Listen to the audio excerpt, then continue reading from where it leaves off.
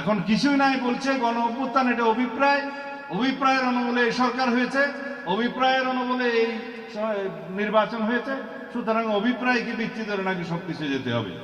তো অভিপ্রায় যদি সবকিছু হয়, আর্টিকেল 106 অনুসারে সুপ্রিম কোর্টে আসতে হলো কেন? অভিপ্রায় যদি সবকিছু হয়, আর্টিকেল 106 অনুসারে প্রধান উপদেষ্টা সহ অন্যান্য উপদেষ্টারা শপথ নিলেন কেন? যদি সবকিছু হয় তাহলে পরে আইন প্রণয়ন করে আপনারা ভোট দিতে হলো কেন? যদি বলা হয় সংবিধান অনুসারে 3 মাসের মধ্যে হাসিনা যাওয়ার পরে নির্বাচন হওয়ার কথা, নির্বাচন হইল না কেন? এই না হওয়ার জন্য তো 106 কেসে, সে এক্সেপশনাল পজিশনের জন্য, ডক্ট্রিন অফ নেসেসিটির জন্যই 106 এর কাছে যেতে হয়েছে, সুপ্রিম কোর্টের কাছে যেতে হয়েছে। এখন কেউ কেউ বলে যে 106 অনুসারে সরকার তো গঠিত হয়েছে, কিন্তু সংবিধানের অনেক কিছু, অনেক বিধান নাকি অ্যাব্রোগেটেড হয়েছে। সংবিধানের অনেক বিধান অ্যাব্রোগেটেড হবে জেনেই তো 106 যাওয়া হয়েছে, আর কোনো উপায় না পেয়ে। আদারওয়াইজ দিল্লিতে গিয়ে শেখ হাসিনা দস্তখত নিয়েই তো এই সমস্ত করতে হতো। এখন আমাকে অনেক কথা বলে যে এত ভোট পেয়েছিলাম আমরা, নিয়ে যাওয়া হয়েছে।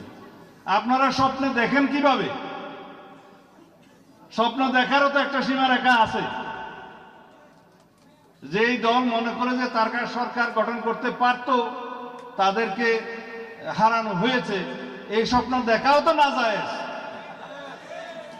একটা হদ, একটা সীমারেখা থাকে। আমি যাই হোক, এই গণতন্ত্রের মাঠে অনেকে অনেক কথা বলবে, আমরা এগুলো শুনবো, কারণ এগুলো শোনার জন্যই তো আমরা জীবন দিয়েছি, এগুলো বলার জন্যই তো আমরা গণ অভ্যুত্থান করেছি। সবাই সবকিছু বলবে, সমস্ত বিতর্ক হবে, বাহাস হবে। আসুন ভাই, সব জাতীয় সংসদের ভিতরে ঢুকে যাই, ওখানে সমস্ত বিতর্ক হবে এবং আলাপ আলোচনার মধ্যে দিয়ে যেটা জনগণ চাইবে, যেটা আইনানুগ হবে, যেটা সাংবিধানিক হবে, সেটা আমরা গ্রহণ করব। অনেক ধন্যবাদ। এই ইফতারের আগে এত কথা বলবো আমারও বিশ্বাস হয়নি। যাই হোক, আপনারাও শুনবেন, এটাও আমার বিশ্বাস হয়নি, ক্ষমা করবেন। ধন্যবাদ। আসসালামু আলাইকুম।